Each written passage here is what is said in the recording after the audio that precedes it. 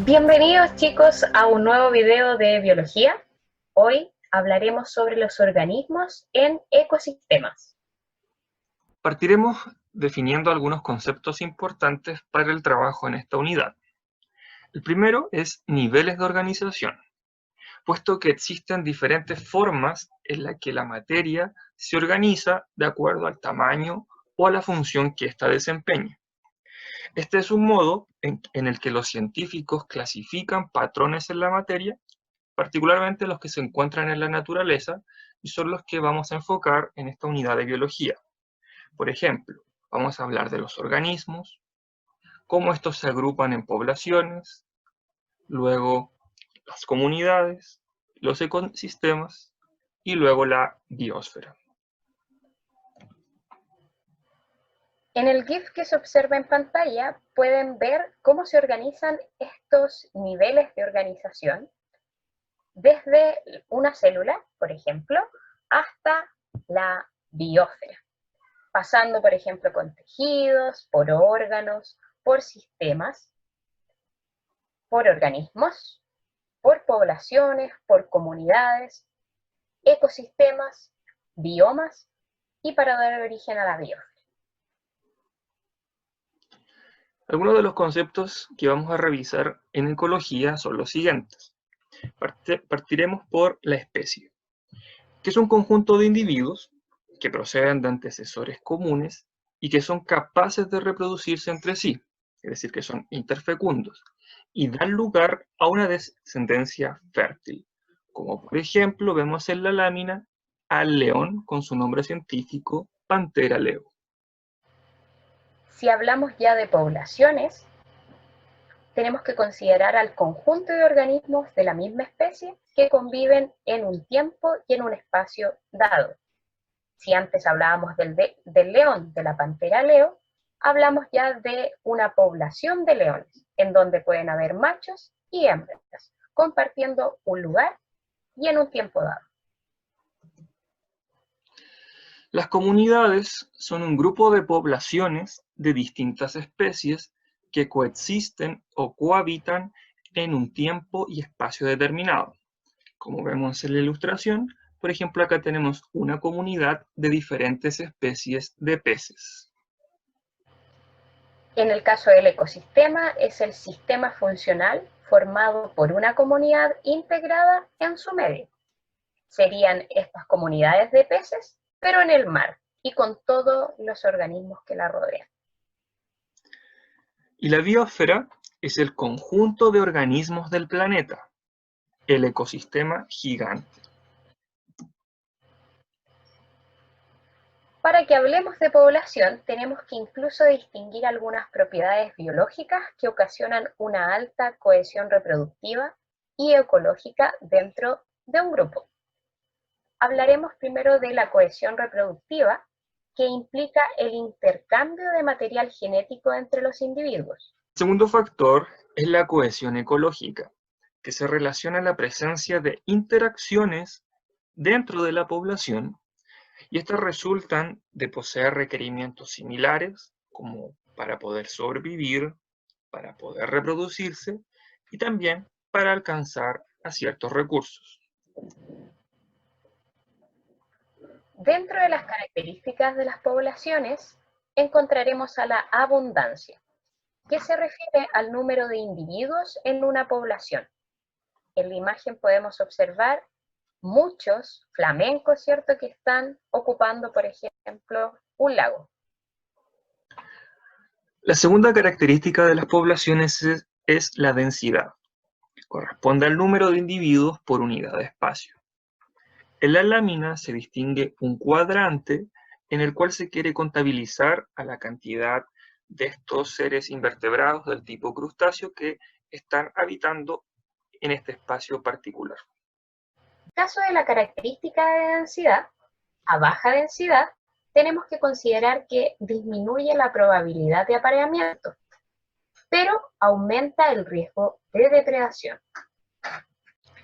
Y a alta densidad, lo que ocurre es lo siguiente: los individuos que son menos agresivos son desplazados de la población y a su vez la reproducción normalmente se ve disminuida.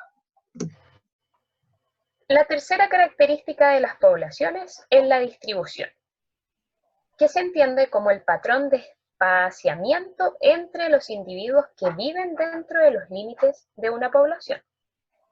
Como distribución vamos a reconocer a tres. La agregada, que si la observan en la imagen, se encuentran los individuos muy cerca unos de otros. La regular, en donde ya hay algún tipo de separación entre ellos. Y la aleatoria, en donde se ocupan distintos espacios dentro del mismo hábitat. La siguiente característica corresponde a la dinámica. ¿En qué consiste? Son los cambios en la abundancia o en la densidad comparados con el tiempo. En los gráficos podemos encontrar las siguientes representaciones. Se encuentra por una parte N, que corresponde, por ejemplo, a la cantidad de individuos dentro de una población, y cómo esta cantidad puede ir variando a través del tiempo, con grandes peaks, ya sea de alza o también de disminución en la cantidad, e inclusive la dinámica puede considerar la desaparición de una población cuando llega, en este caso, a este punto del gráfico. La dinámica depende de tasas de cambio, y estos cambios generarán variaciones en el tamaño de la población. Hay 4 tasas de cambio que pueden afectar el número o la cantidad de organismos que tiene presente una especie, dado por N. La natalidad, por su parte, la tasa de natalidad, siempre va a sumar individuos. La tasa de inmigración también va a sumar individuos, pero en el caso de la tasa de emigración o la tasa de mortalidad, son aquellas que pueden llegar a disminuir la cantidad de individuos dentro de una población. Ahora revisaremos el concepto o los conceptos de crecimiento poblacional, partiendo por la primera estrategia dada por este concepto, que es la estrategia tipo K. En esta estrategia, las poblaciones crecen hasta un límite que es determinado por la disponibilidad de recursos, llamado capacidad de carga, que se simboliza con la letra K. Este tipo de estrategia se desarrolla en organismos que presentan una larga vida, que generan pocos descendientes y que dentro de sus conductas está el cuidado de las crías, como por ejemplo ocurre con los elefantes, los cuales cumplen con las condiciones dadas en esta estrategia. El crecimiento poblacional dentro de esta estrategia se llama crecimiento logístico. Como podemos ver en el gráfico, tenemos un crecimiento en este caso en cantidad de individuos que va a llegar a un tope cuando se encuentra en este caso con la capacidad de carga, que significa la cantidad de recursos disponibles y que pueden solventar a esta población. La segunda estrategia en base al crecimiento poblacional es la estrategia R, en donde las poblaciones que presentan medios óptimos, pero inestables, se reproducen rápidamente. Se habla de un crecimiento exponencial o incluso de forma J. Es típico de especies con un tamaño pequeño o con ciclos de vida cortos. Lo podemos ver, por ejemplo, en la mariposa monarca, que dentro de su ciclo de vida, ¿cierto?, tiene gran reproducción o gran cantidad de crías. Si observamos el gráfico, es de un crecimiento exponencial, puesto que a medida que avanza el tiempo, existen mayor cantidad de individuos. Ahora revisaremos las curvas de sobrevivencia y mortalidad, que es una comparación entre el número de organismos vivos versus el tiempo o edad de estos mismos. La primera curva corresponde a la tipo 1, que está señalizada con el color azul. Esta corresponde a individuos que viven hasta el final de su esperanza de vida, y la mortalidad más alta ocurre en los últimos años de su ciclo vital. En el caso de la primera gráfica, lo que representa es lo siguiente. Tenemos una gran cantidad de organismos vivos. Cuando ellos nacen, estos se mantienen en el número, y cuando llega a la edad, en este caso, de mortalidad o cuando cumple sus esperanzas de vida, es cuando esta curva desciende porque todos los organismos que alguna vez nacieron comienzan a morir. Y en el otro caso, lo que se representa es lo siguiente. A menor edad existe un menor riesgo de mortalidad. A medida que se avanza en edad, este riesgo aumenta. Entonces, en este caso, primer gráfico, curva de sobrevivencia. Segundo gráfico, curva de mortalidad. La primera que hemos revisado es la azul, tipo 1. Para analizar la curva tipo 2, tanto para sobrevivencia y mortalidad, tenemos que basarnos en el tono turquesa. Para ello, hablaremos de una probabilidad de mortalidad que va a ser constante y la sobrevivencia va a disminuir a una tasa continua y constante durante el ciclo de vida. Si vemos en relación a los gráficos, en la curva de sobrevivencia, la tipo 2, observaremos que el número de individuos al comienzo de su vida es bastante alto, pero a medida de que avanzan en edad, van a ir muriendo. Si se fijan, van disminuyendo la cantidad de individuos a medida que avanza la edad. Pero en el caso de la curva de mortalidad, esta es constante durante toda la vida, puesto de que ellos pueden morir en cualquiera de sus edades. Y en el caso del tipo 3, que está representada de color rojo, se nos indica que las probabilidades de mortalidad son extremadamente altas en etapas iniciales del ciclo de vida. Sin embargo, existe longevidad ecológica. Entonces, en el gráfico de sobrevivencia, lo que se representa es que en los estados iniciales del ciclo de vida tenemos también una gran cantidad. Sin embargo, existe una gran disminución en la cantidad de individuos vivos a medida de que se avanza en edad. Sin embargo, aquellos que logran sobrevivir pueden permanecer de manera longeva hasta el final de su ciclo de vida. Sin embargo, esta cantidad es bastante pequeña. En el caso de la curva de mortalidad, lo que se representa es que inicialmente existe una alta cantidad o porcentaje de riesgo para la muerte, en este caso de los organismos, y a medida de que se aumenta en edad, ese riesgo disminuye, puesto que aquellos que han sobrevivido y han llegado a estadios más adultos permanecen de manera longeva hasta el final de su ciclo, en este caso vital.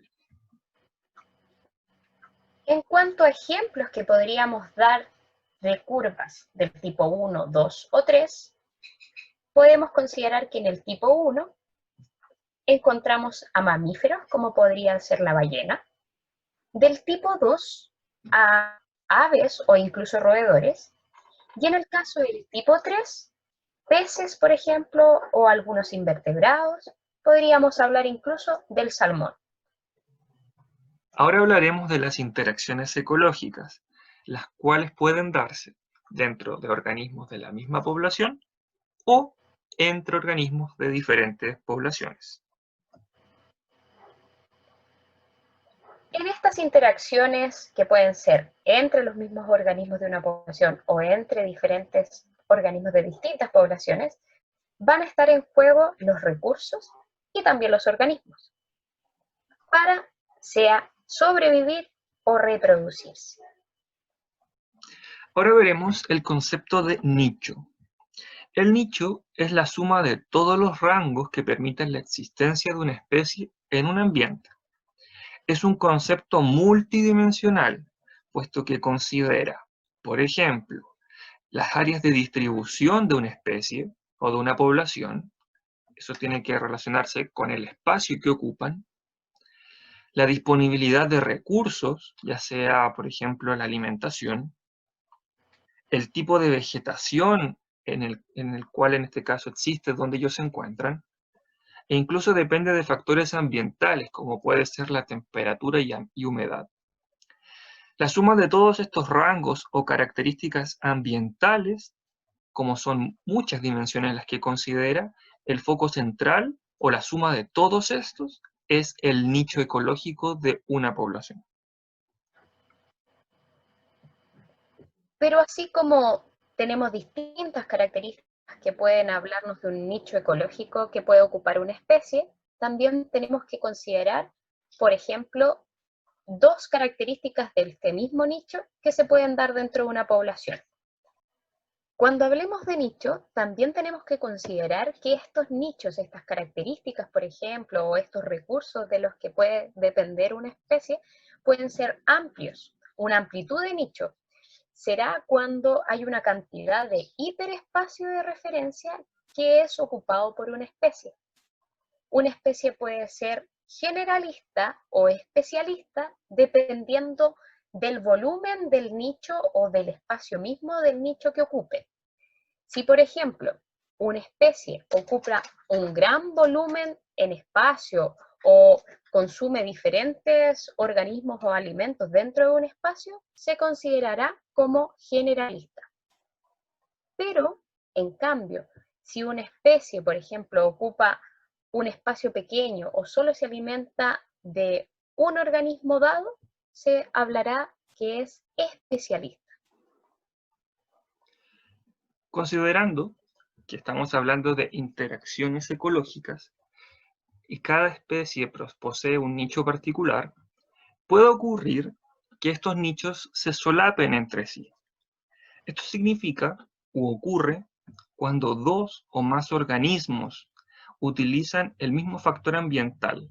Como podemos ver en el gráfico tipo C, se representa el nicho como una curva en la cual tenemos en este caso el solapamiento de dos especies en el cual están ocupando, por ejemplo, el mismo recurso, como puede ser el mismo espacio o el mismo recurso alimenticio, y esto provoca que las especies interactúen entre sí, como por ejemplo vamos a ver más adelante, mediante una competencia.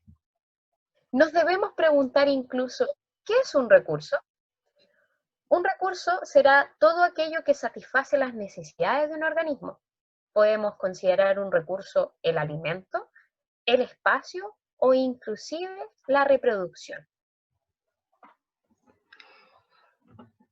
Refiriéndonos a las interacciones ecológicas, vamos a hablar de que existen dos tipos de interacciones.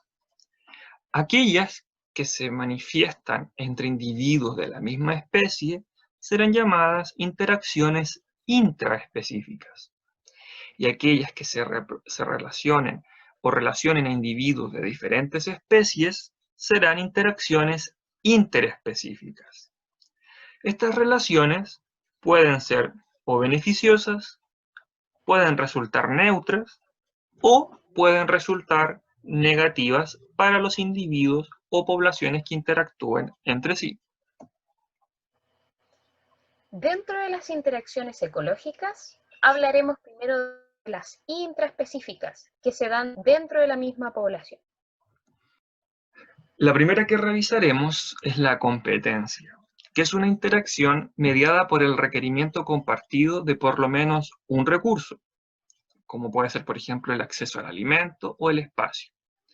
Ejemplo, acá tenemos a unos hipopótamos que están luchando entre sí y el resultado de esta interacción es que ambos se ven perjudicados dada la competencia que están llevando. La segunda interacción que revisaremos es la cooperación, en donde los organismos involucrados se ven beneficiados ya que se ayudan en pro de sus necesidades, como puede ser el factor de protección. Si vemos en la imagen, tenemos tres suricatas, pero hay una de ellas que está observando o está pendiente de si hay depredadores cerca. Por lo tanto, en esta interacción, los individuos se favorecen, se benefician de este tipo de interacción. Ahora revisaremos las interacciones ecológicas interespecíficas, y estas se dan en las comunidades, es decir, entre diferentes poblaciones. Comenzaremos revisando el mutualismo, que es una relación entre especies donde ambas salen beneficiadas y ambas participan de la interacción. Es una interacción necesaria. Por ejemplo, acá tenemos a diferentes tipos de líquenes, lo que corresponden a una asociación simbiótica entre un hongo, entre un alga o una bacteria que realice fotosíntesis, una cianobacteria, e inclusive también en los últimos años se ha descubierto que participa un hongo de tipo levadura. Por una parte, el hongo le entrega protección a esta alga, o también puede ser una bacteria, y la bacteria o el alga que realiza fotosíntesis le entrega los nutrientes necesarios al hongo para que ambos organismos puedan, en este caso, sobrevivir. De tal forma que en este tipo de interacción, las especies ambas se ven beneficiadas. El segundo tipo de interacción que revisaremos es el comensalismo, en donde una especie llamada comensal saca provecho de otra, sin que esta otra se vea perjudicada. Un ejemplo característico es el del pez rémora y su tiburón. El pez rémora se alimenta de restos de alimentos, de los parásitos o incluso de las bacterias que pueden tener los tiburones. Por lo tanto, beneficia de esta interacción, pero el tiburón su interacción neutra, puesto que no necesariamente va a necesitar mantenerse saludable. La tercera interacción es la competencia, donde diferentes especies luchan por un mismo recurso.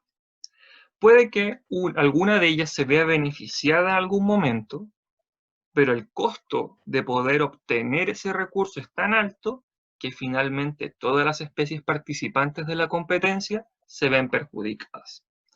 Ejemplo, acá tenemos un bosque donde las plantas en este caso van a competir ya sea por el recurso hídrico, por el recurso espacio y uno muy importante que es la luz, donde aquellas plantas que pueden crecer más van a poder llegar a la luz y aquellas que van a quedar, en este caso, en el nivel más inferior, van a tener un acceso limitado y por tanto quienes participan de esta interacción se ven perjudicados. En el caso de la depredación, se considerará siempre y cuando haya una especie que tiene como recurso alimenticio a otra. Siempre tendremos una presa y un depredador.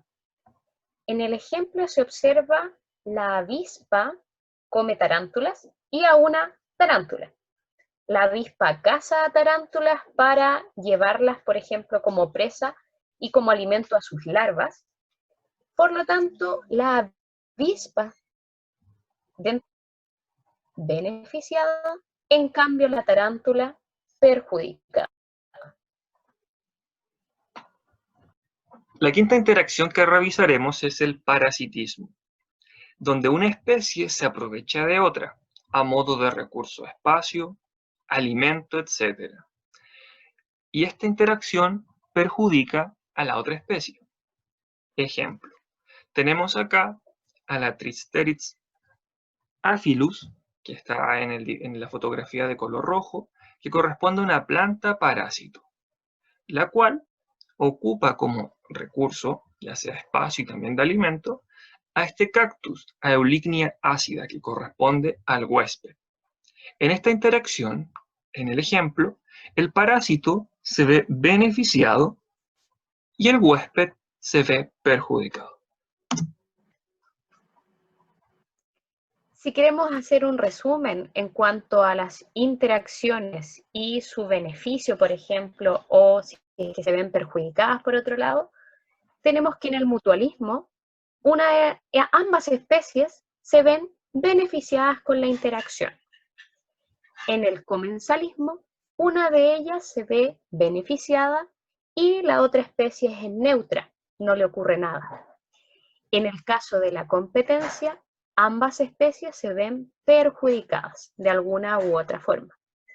En el caso de la depredación, una de las especies se ve beneficiada y la otra perjudicada. Y en el parasitismo, la misma relación. Una se beneficia y la otra se perjudica. Ahora hablaremos de la sucesión ecológica, que es un proceso evolutivo, es decir, de cambio en el tiempo, en la cual la biocenosis, es decir, los seres vivos, van a ser sustituidos a razón de los cambios que ocurren en el biotopo. Esta sucesión puede ser ocurrida ya sea por un cambio físico en el medio, dada por cambios en el clima, dados por cambios de la misma comunidad, o también por algunos seres vivos ajenos a ella, e inclusive por algún tipo de catástrofe, como puede ser, por ejemplo, un incendio forestal. Esto trae consigo modificaciones en el ambiente, como por ejemplo, tenemos en la ilustración la representación de sucesión desde 1935 hasta 1995, es decir, a lo largo de 60 años, y ver cómo este ambiente o este lugar cambió desde ser un pequeño lago hasta un bosque, lo que trajo consigo la modificación del hábitat por una parte, pero también de los seres vivos que estaban habitando ese lugar, lo cual podemos ver que presentó un gran cambio. Van a existir dos formas de sucesión ecológica. La primaria, en la cual se coloniza un lugar, o las especies llegan a colonizar un lugar, el cual no tenía una comunidad o una población preexistente, como por ejemplo cuando se forma o surge una nueva isla. Y una sucesión secundaria, la cual es el recambio de una comunidad por otra, dada por ejemplo por estos eventos como puede ser un incendio forestal. La unidad de estudio de la ecología es el ecosistema, y el ecosistema consta de dos componentes que fueron mencionados anteriormente. La biocenosis, por un lado, que es el conjunto de factores bióticos, por lo tanto, los seres vivos, y el biotopo, que es el conjunto de componentes de materia inerte, pero también las condiciones físico-químicas que tiene el medio ambiente, la temperatura, la humedad o los minerales que pueden estar dentro de este ambiente o medio ambiente que rodea a los organismos. Ahora pasaremos a hacer una categoría de especies dependiendo de algunos contextos que vamos a revisar. Comenzaremos hablando de las especies nativas, y son todas aquellas especies que habitan de forma natural en un determinado territorio. Como por ejemplo, ahí tenemos al zorro gris, el cual se encuentra ya sea en Chile y también se encuentra en la región de Argentina. Por tanto, es nativo de esta parte del planeta. En Chile existen aproximadamente 31.000 especies nativas, de las cuales el 68% corresponde a insectos, un 6% a plantas, un 23% a hongos y un 3% restante a otros tipos de especies. Las especies endémicas son aquellas que solamente habitan en un determinado territorio. Son exclusivas de ese territorio. Por ejemplo, la Aveznia bijuga es exclusiva de Chile y se encuentra presente en la cordillera de la Costa, en la región del Maule, específicamente en la comuna de Constitución. Solo se presenta en Chile, no en otro lugar. Y si lo llevamos esto a un gráfico, el 25% de las especies que habitan en Chile son endémicas. En el caso de las especies exóticas, estas corresponden a especies foráneas, es decir, que han sido traídas desde el exterior, desde afuera, desde otros lugares del planeta, y que han sido, por tanto, introducidas fuera de su distribución natural. Cuando éstas llegan a establecerse en un lugar y a poder prosperar, pasan a ser especies invasoras, y además comienzan a amenazar a las especies nativas. Como por ejemplo, acá tenemos a Rubus ulmifolius, que corresponde en este caso a la zarzamora, que es una especie, por tanto, invasora de nuestro país. En Chile se han categorizado o contabilizado, mejor dicho, aproximadamente 1.523 especies introducidas o exóticas. El pensar o hablar de las especies invasoras nos hace llegar al siguiente cuestionamiento. ¿Es culpa de las especies invasoras este perjuicio, por ejemplo, a un ecosistema o el perjuicio directo hacia especies nativas o endémicas de un lugar? ¿O será culpa de los humanos que las introdujeron en el ambiente? Aquí hay 3 ejemplos de especies invasoras que existen en Chile. La chaquetamilla, por un lado, el bisón e incluso el castor. Ahora revisaremos la categorización de especies según conservación, comenzando por las especies amenazadas, que corresponden a aquellas que presentan problemas de conservación y que por tanto tienen un riesgo significativo de extinción en un mediano plazo. Por ejemplo, acá tenemos al huemul, que es una especie incluso que está representada en nuestro escudo nacional, la cual se encuentra amenazada en nuestro mismo país. Según el Ministerio del Medio Ambiente, de todas las especies que se encuentran en Chile, 764 están amenazadas, dentro de las cuales el 57% corresponde a plantas, es decir, a vegetación, el 42% a animales y el 1% a hongos. En Chile existe una lista roja de la UICN, la Unión Internacional para la Conservación de la Naturaleza.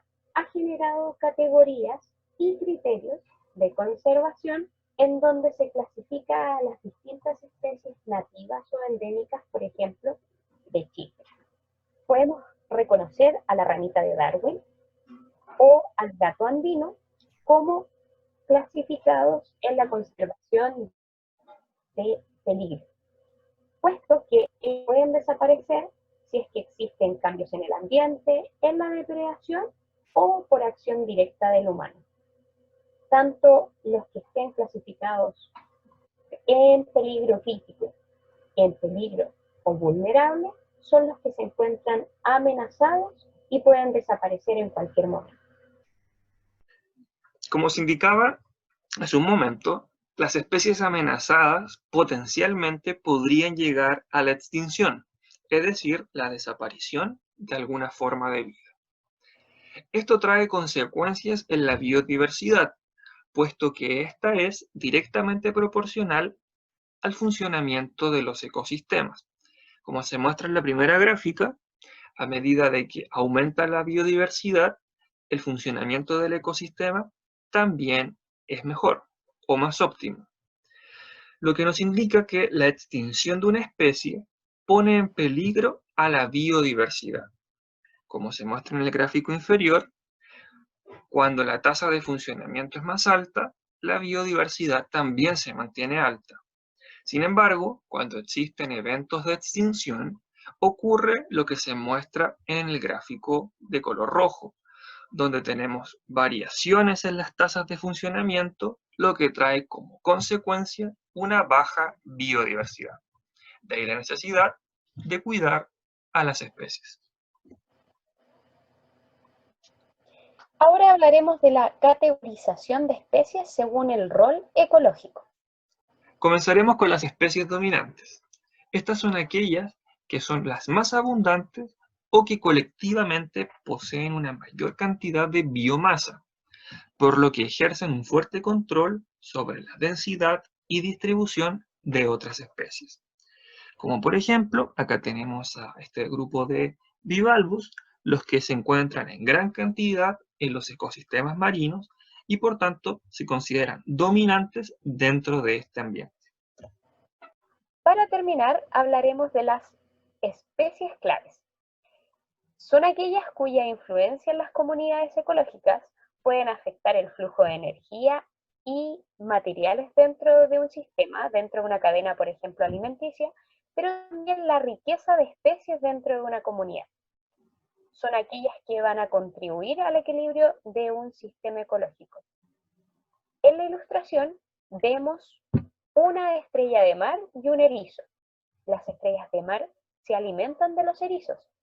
Por lo tanto, si ellas no existieran, porque son especies claves, en caso de que no existieran, los erizos se van a reproducir en mayor cantidad y van a empezar a arrasar con todo lo que esté a su paso, cambiando así el equilibrio del ecosistema. De esta forma, le damos fin a este video titulado Organismos en ecosistemas.